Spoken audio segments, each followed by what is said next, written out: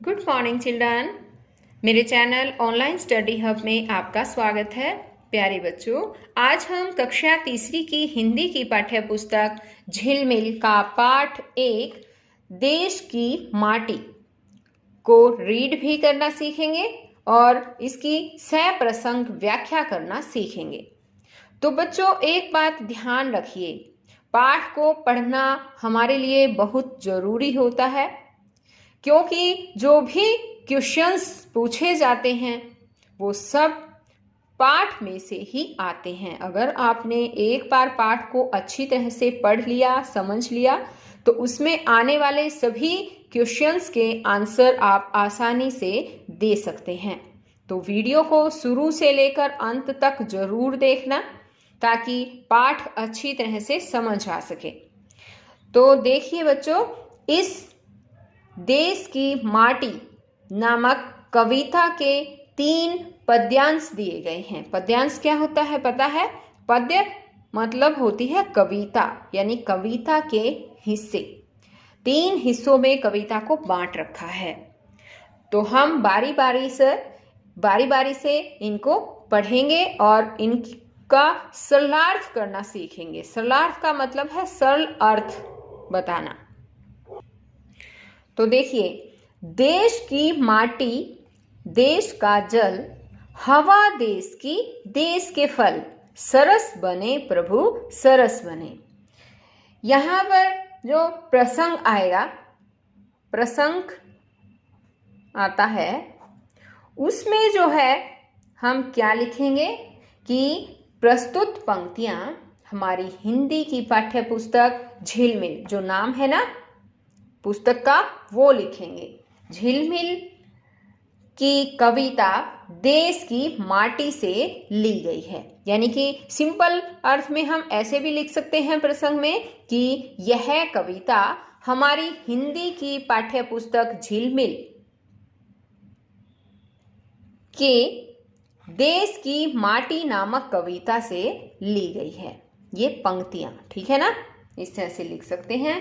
और इसके रचयिता का नाम लिखना होता है हमें। इसके रचयिता गुरुदेव रविंद्रनाथ टैगोर हैं। अब आगे हमें सरलार्थ बनाना है इसका। तो सरलार्थ कैसे लिखेंगे? देखो कि कवि ईश्वर से प्रार्थना करता हुआ कहता है कि हे ईश्वर, मेरे देश की माटी यानी कि मिट्टी, देश का पानी यानी उसका पानी, उसकी हवा और मेरे देश के फल सरस बने। सरस का मतलब होता है रस युक्त, रसों से भरे हुए, रस युक्त बने। या फिर सरस का मतलब होता है आनंदमय, वे सबको आनंद प्रदान करें। आ गया बच्चों समझ में? क्या कहा है इसने? कवि कहता है कि हे भगवान, मेरे देश की माटी, मेरे देश का पानी, हवा और इसके फल क्या बने? रसयुक्त बने, वे सबको आनंद प्रदान करें।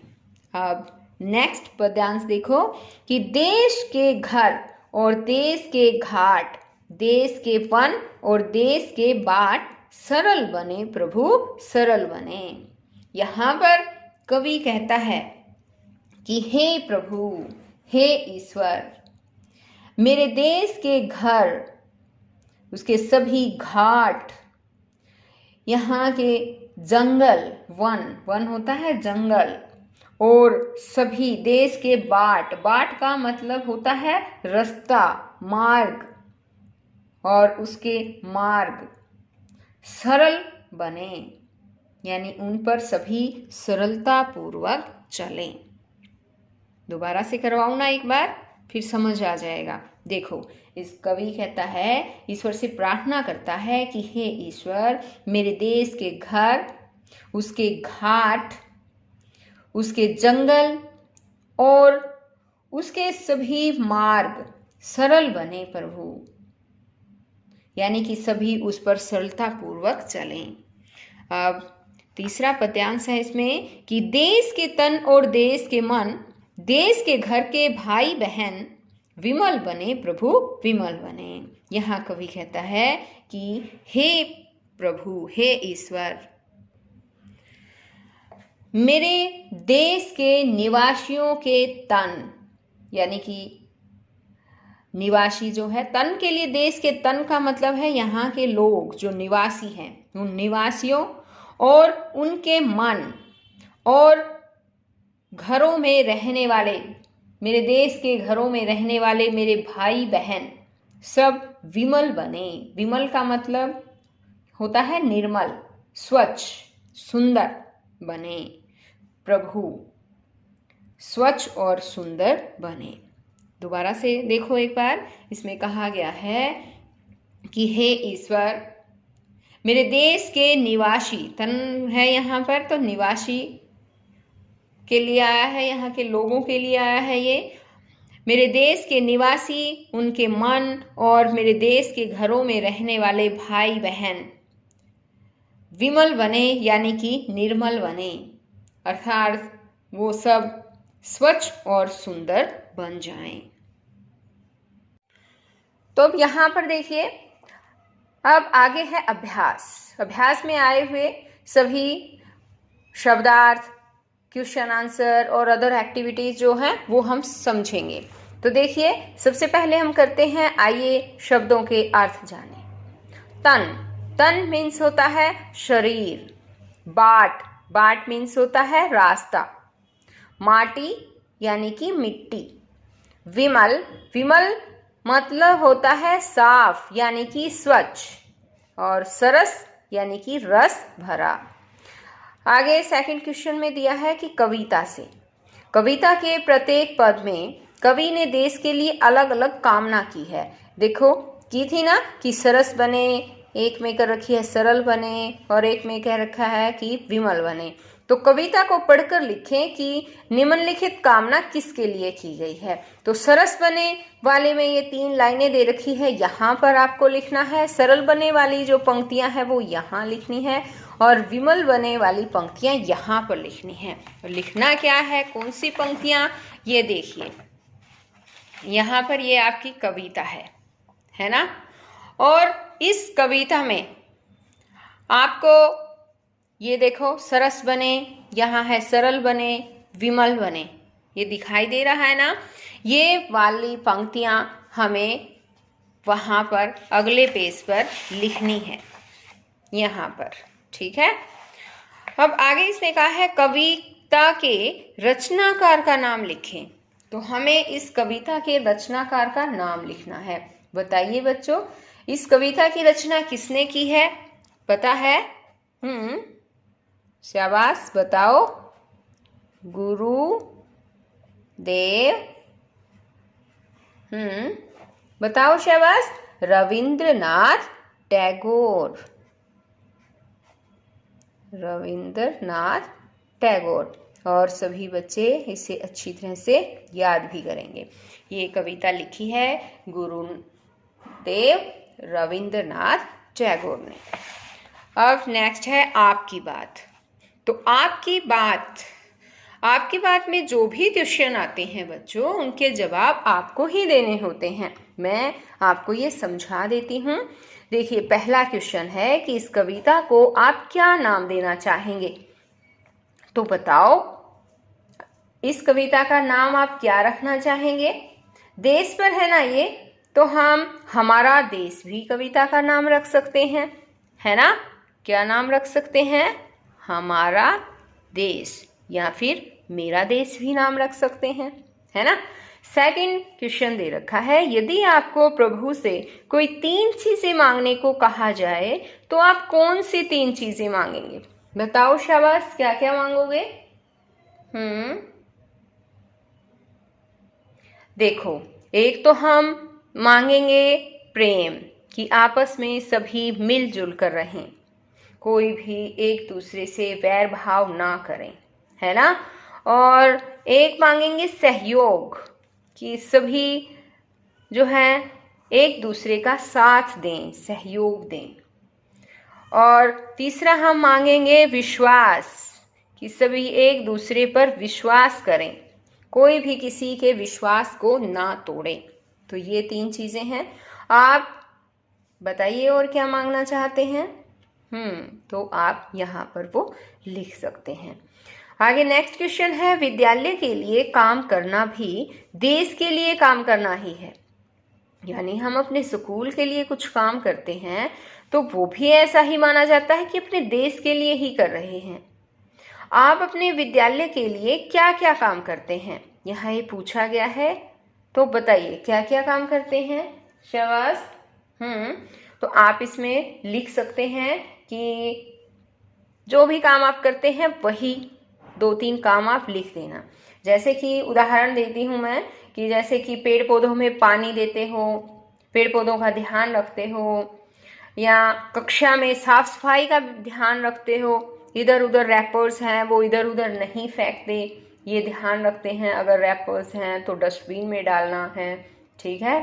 और जो भी आपके अध्यापक कहते हैं आप उनका कहना मानते हैं, अच्छी तरह से मन लगाकर पढ़ते हैं। ये सभी काम विद्यालय के लिए ही हैं। और विद्यालय के लिए काम करना देश के लिए काम करने के समान ही है। आगे है कि सुने और बोलें।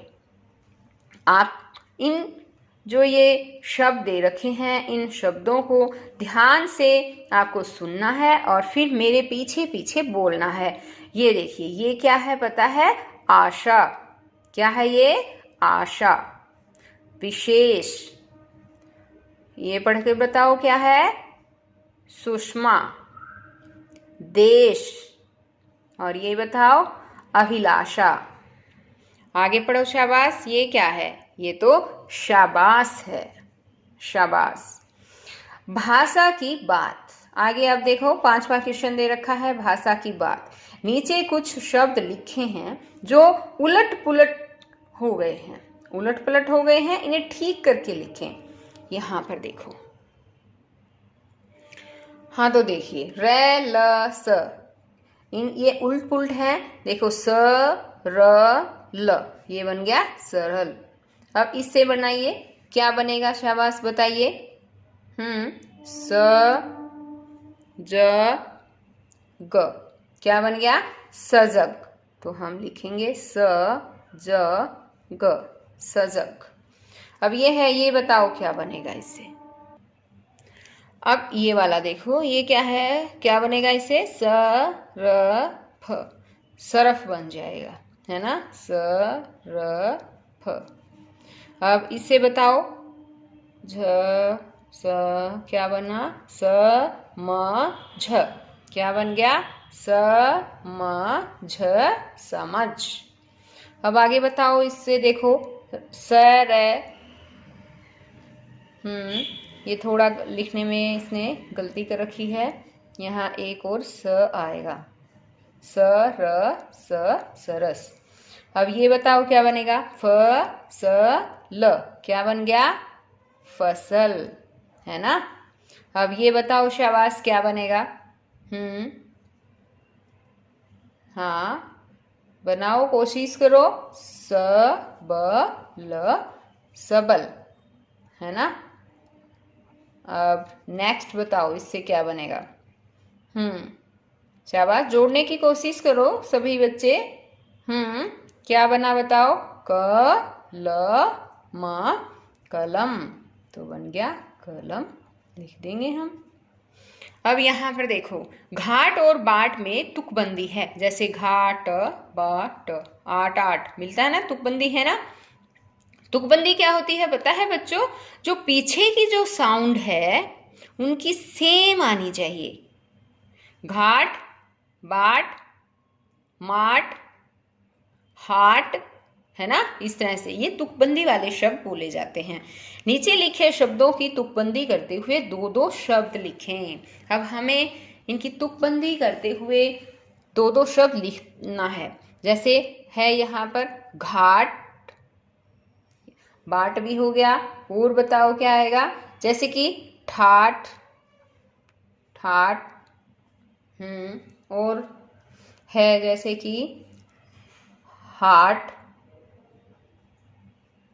ठीक है।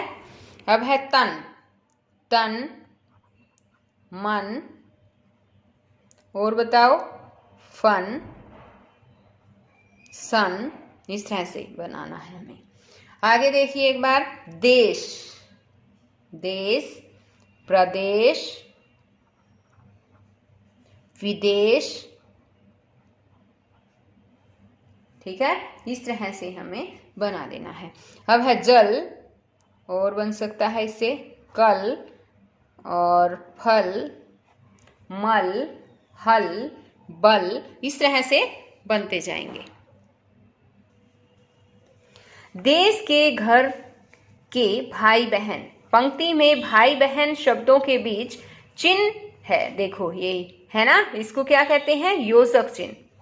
ये जो योजक चिन्ह कहलाता है, इस चिन्ह का प्रयोग करते हुए अन्य शब्द लिखें। तो हमें यहाँ पर अन्य शब्दों को लिखना है, जैसे कि हम बोलते हैं चाचा, चाची, तो इन दोनों में के बीच में हम ये योजक चिन्ह लगाते हैं। इसी तरह से हो जाएगा, जैसे कि दादा, दादी, तो इनके बीच में भी ये योजक चिन्ह आएगा। मामा मामी, नाना नानी, काका काकी, बुआ फूफा, ताऊ ताई, इस तरह से ये शब्द लिखे जाएंगे और इनके बीच में योजक चिन्ह लग जाएगा। तो ये बच्चों आपको खुद यहाँ पर मुझे लिखकर दिखाना है। आगे देखिए, ठंडा जल, दो शब्द हैं, ठंडा और जल। इसमें ठंडा जल की विशेषता बताता है, ठंडा जो है ना, जल की विशेषता बता रहा है कि जल कैसा है, ठंडा है।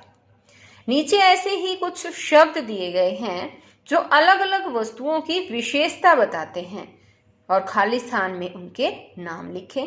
तो यहाँ पर जैसे ठंडा, क्या है ठंडा, जल है, तो यहाँ लिख रखा है जल। इसी तरह से हमें ये लिखना है हरे भरे, क्या होते हैं हरे भरे, हरे भरे किसकी विशेषता बता रखी है, पौधों की, तो हरे भरे पौधे। मीठा, मीठा क्या होता है, एक तो मीठा सोडा होता है ना, खाने वाला सोडा, मीठा सोडा। स्वच्छ, स्वच्छ भारत भी कह सकते हैं, स्वच्छ भारत। सुंदर, सुंदर क्या है, सुंदर बालक है, सुंदर बालिका है, इस तरह से हम लिख सकते हैं, बालक कैसा है, सुंदर है, तो ये इसकी विशेषता बताई गई है बालक की कि कैसा है, सुंदर। छोटे, छोटे बच्चे, ऐसे हम लिख सकते हैं, बच्चे कैसे हैं, छोटे हैं। अब आगे देखो, कविता से आगे, दिए गए खाली स्थानों में उचित शब्द भरें। यहाँ जो खाली स्थान दे रखे हैं उसमें हमें उचित शब्द भरने हैं। मेरे देश का नाम डैश है, तो बताइए हमारे देश का नाम क्या है बच्चों, भारत, वेरी गुड। अब आगे है कि मेरे राज्य का नाम डैश है, क्या नाम है हमारे राज्य का, बताओ, हरियाणा, वेरी गुड। अब है मेरे जिले का नाम डैश है, आपके जिले का नाम बताओ। जैसे उदाहरण के तौर पर मैं लिख रही हूँ, जिले का नाम यमुना नगर है, तो हम यहाँ पर लिखेंगे यमुना नगर। अब आगे है, जैसे मेरे गांव या शहर का नाम डैश है, आपके शहर का क्या नाम है, जो भी नाम हो वो, या गांव का जो भी नाम है वो आपको यहाँ पर लिख देना है। जैसे मैं लिख रही हूँ डारपुर। मेरे स्कूल का नाम डैश है, आपके जो भी स्कूल का नाम है आपको यहाँ पर लिखना है। जैसे राजकीय प्राथमिक पाठशाला डारपुर, मैंने ऐसे लिखा है।